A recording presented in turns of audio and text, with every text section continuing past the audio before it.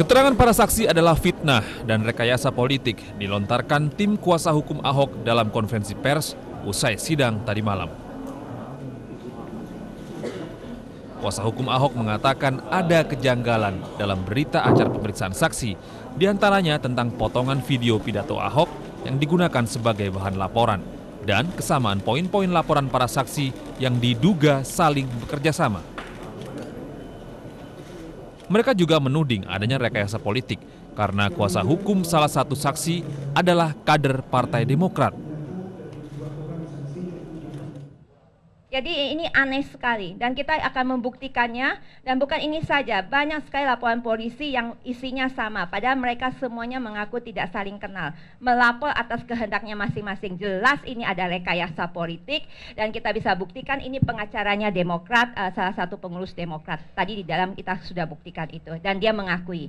Dan kita bisa membuktikan bahwa laporan mereka sama, sebetulnya mereka tidak pernah nonton video Ahok yang 1 jam lebih, tapi mereka semua nonton video yang sudah dipotong yang tidak ada kata pakai. Jangankan mereka yang Islam marah, saya aja bukan penganut Islam, kalau Al-Quran itu dibilang bohong, saya juga marah.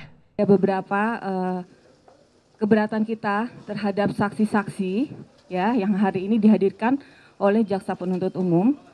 Khususnya saksi terhadap keterangan dari saksi Irena, ya, dan yang terakhir juga saksi dari Willy Yudin Abdul Rashid Dhani, ya. Untuk saudara Irena ada 15 poin. Tim kuasa hukum Ahok akan melaporkan balik para saksi yang dianggap memfitnah Ahok ke polisi.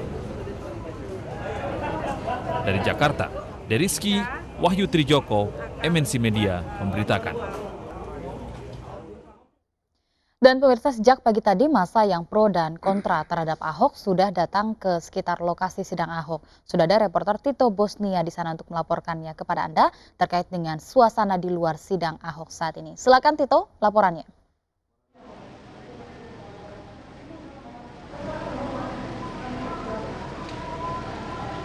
Ibadah sholat zuhur Yufi, dan dari dua kubu sendiri, baik masa yang pro terhadap Gubernur nonaktif Basuki Cahayapurnama atau Ahok dan juga masa yang kontra terhadap Ahok saat ini melakukan yel-yel kembali ataupun orasi di depan gedung Kementerian RI di Jakarta Selatan, Yufi. Dan memang di antara dua kubu masa ini berjarak cukup jauh, yaitu sekitar 500 meter, Yufi, dan dibatasi oleh kawat-kawat besi yang difasilitasi oleh pihak kepolisian. Dan memang hal tersebut untuk mengantisipasi apabila terjadi bentrokan yang pernah terjadi sebelum-sebelumnya, Yufi. Dan juga untuk pengamanan sendiri total di wilayah dalam gedung Kementerian Pertanian maupun di luar gedung pertanian sendiri ada sekitar 2.500 personil kepolisian dan terbagi menjadi 4 ring, dan salah satunya di ring di depan gedung Kementerian Pertanian maksud kami, Yufi, untuk menjaga dua kubu masa ini. Dan sedangkan semenjak tadi pukul 4 subuh tadi Jalan R.H. Marsona, itu jalur utama alternatif menuju ke kawasan Ragunan, ditutup untuk sementara untuk waktu yang tidak dapat ditentukan, Yufi.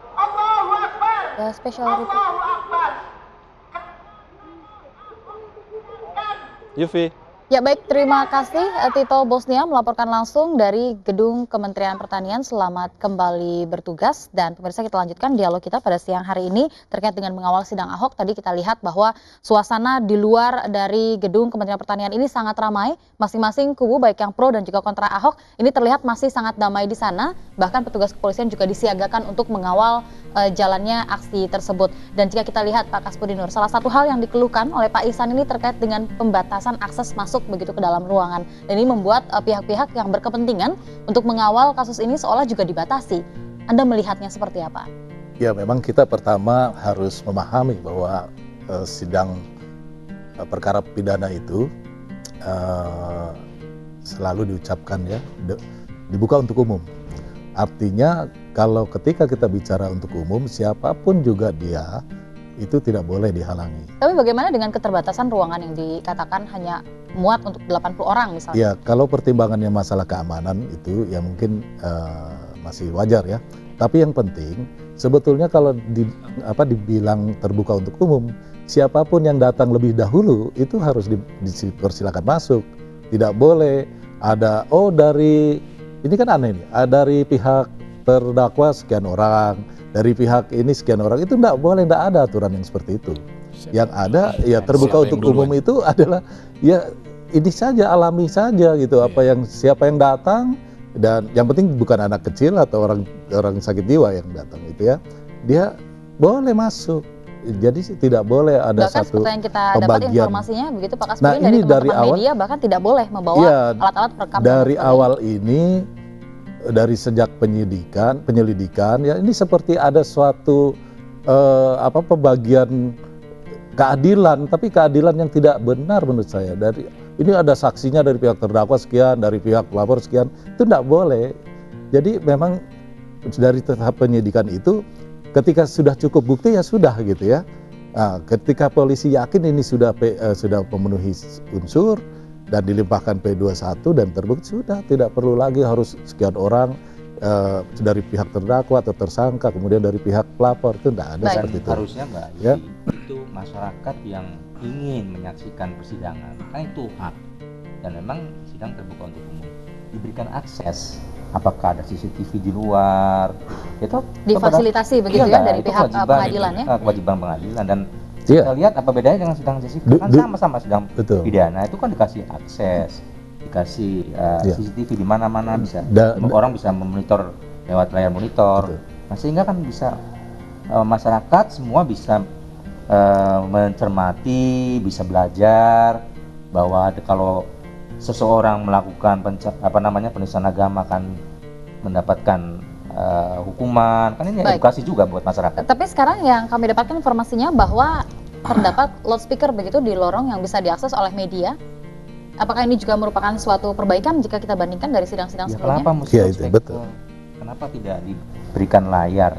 Dan kalau memang alasannya tempat terbatas, itu PRJ besar, luas kapasitasnya, dan tidak akan mengganggu lalu lintas karena enclave daerahnya kan.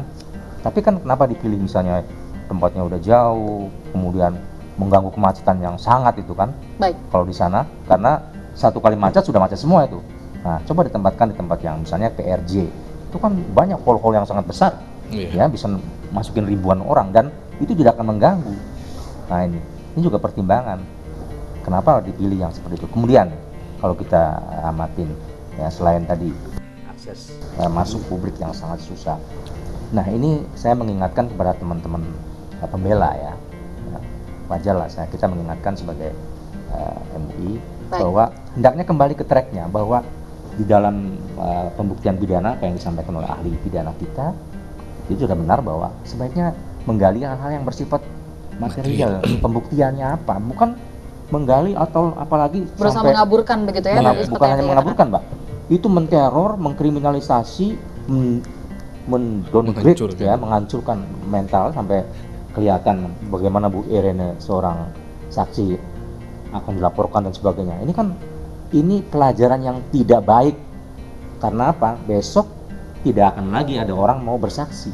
Baik, jadi seolah di sini ada ancaman-ancaman tertentu begitu bagi siapa saja yang akan tampil sebagai saksi dalam sidang ini jika Anda melihat seperti itu. Tapi jika ternyata yang akan dilaporkan oleh pihak dari terdakwa ini merupakan hal-hal yang bisa dipertanggungjawabkan secara hukum, maka dari itu mereka berusaha melaporkan dari apa yang dikatakan oleh para saksi. Akan seperti apa jalannya ke depannya? Kita akan bahas sesaat lagi, pemirsa. Speak Up Trans masih akan kembali untuk Anda.